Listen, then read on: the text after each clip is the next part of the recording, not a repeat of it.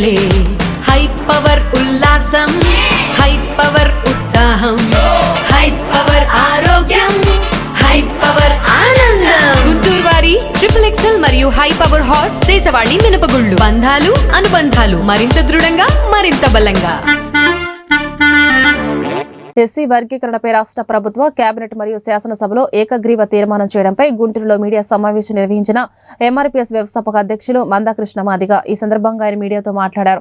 తండ్రి ఆశయాల సాధనకు వైఎస్ఆర్ కాంగ్రెస్ పార్టీ పెట్టానని జగన్మోహన్ రెడ్డి చెప్పారు. ఎస్సీ వర్గీకరణకు వైఎస్ రాజశేఖర్ ఎందుకు మద్దతు తెలపడం లేదు, స్పష్టత ఇవ్వడం లేదు అని ప్రశ్నించారు. మాదిగల సోదరుల మధ్య చిచ్చు పెట్టే విధంగా వైఎస్ఆర్ కాంగ్రెస్ పార్టీలో ఉన్న మాదిగల చేత ఎస్సీ వర్గీకరణపై విమర్శించే విధంగా మాట్లాడించడం సరికాదని అన్నారు. సుప్రీంకోర్టు తీర్పు వర్గీకరణకు అనుకూలంగా వచ్చినప్పుడు ఎందుకు స్వాగతించలేదని ప్రశ్నించారు. వర్గీకరణకు వ్యతిరేకించిన వారిని పక్కన పెట్టుకుని సభలకు పంపుతున్నారని మండిపడ్డారు. వైఎస్ఆర్ కాంగ్రెస్ పార్టీలో ఉన్న మాదిగ సోదరులు తమ బిడ్డల భవిష్యత్తు బాగుండాలంటే ఎస్సీ వర్గీకరణకు మద్దతు తెలపాలని కోరారు. ఎస్సీ వర్గీకరణకు సహకరించిన ప్రతి ఒక్కరికి ధన్యవాదాలు తెలుపుతున్నారని అన్నారు. తండ్రి మీద మీకు గౌరవం ఉంటే మీ తండ్రి సమాధి సాక్షిగా మొదటి ప్లీనరీ సమావేశం జరిపినప్పుడు ఎస్సీ వర్గీకరణకు అనుకూలంగా తీర్మానం చేశారు.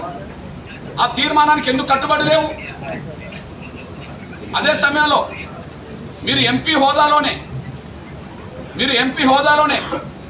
ఎస్సీ రిజర్వేషన్ల వర్గీకరణ జరగాలని చెప్పి ప్రధానమంత్రి గారికి లేఖ రాశావు. ఎందుకు వెనుకకు తగ్గావు? ఒకరోజు అప్పటి కేంద్ర న్యాయశాఖ మంత్రి వీరప్పమొయ్యల గారికి నేను వినతి పత్రం ఇస్తున్న రోజు, ఆనాడు యూపీఏ ప్రభుత్వంలో కేంద్ర న్యాయశాఖ మంత్రి గౌరవ వీరప్పమొయ్యల గారికి నేను వినతి పత్రం ఇస్తున్న రోజు, ఆ రోజు మీరు కూడా నాకు అందుబాటులో వచ్చి నేను ఇచ్చే వినతి పత్రం మీద వర్గీకరణ జరగాలని మీరు సంతకం పెట్టారు. కడప ఎంపీ హోదాలో మీరే కాదు, అనంతపూర్ ఎంపీ ఆనాడు అనంత వెంకట్రామ్తో సంతకం పెట్టించారు. మీరు వర్గీకరణకు అనుకూలమని చెప్పి మేనిఫెస్టో మీ తీర్మానం చెప్పింది. మీరు వర్గీకరణకు అనుకూలమని మీ లేఖ చెప్పింది. మీరు వర్గీకరణకు అనుకూలమని చెప్పి మేము ఇచ్చిన లేఖ మీద మీ సంతకం చెప్తున్నది.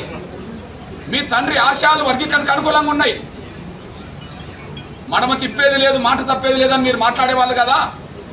మా విషయంలో ఎందుకు మడమ తిప్పారు? మా విషయంలో ఎందుకు మాట తప్పారు? మీరు మడమ తిప్పడం, మాట తప్పడమే కాకుండా నిండు శాసనసభలో మీరు ముఖ్యమంత్రిగా ఉన్నప్పుడు ఎస్సీ వర్గీకరణ అంశాన్ని ప్రస్తావిస్తూ చంద్రబాబు నాయుడు గారిని ఉద్దేశించి మీరు ఎస్సీ వర్గీకరణ చేసి దళితుల మధ్యలో చిచ్చు పెట్టారని చెప్పి మీరు అంతకుముందు మీరు వ్యవహరించిన దానికి విరుద్ధంగా మీరు అసెంబ్లీలో మాట్లాడారు. అంతేకాకుండా ఎస్సీ వర్గీకరణ అంశం రాజ్యాంగ విరుద్ధమని మీరు మాట్లాడారు.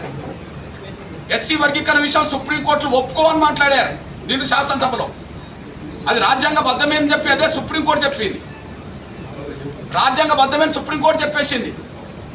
మీరు సుప్రీంకోర్టులో ఒక సీనియర్ లాయర్ని పెట్టమంటే మీరు పెట్టలేదు.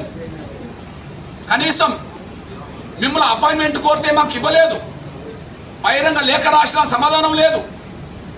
కానీ సుప్రీంకోర్టులో విచారణ జరుగుతున్న సమయంలో మార్చి 6, 7, 8 తేదీల్లో విచారణ జరుగుతున్న సమయంలో లాస్ట్కు ఆంధ్రప్రదేశ్ నుంచి ఒక లాయర్ అటెండ్ చేసి అది ఫిజికల్గా కాకుండా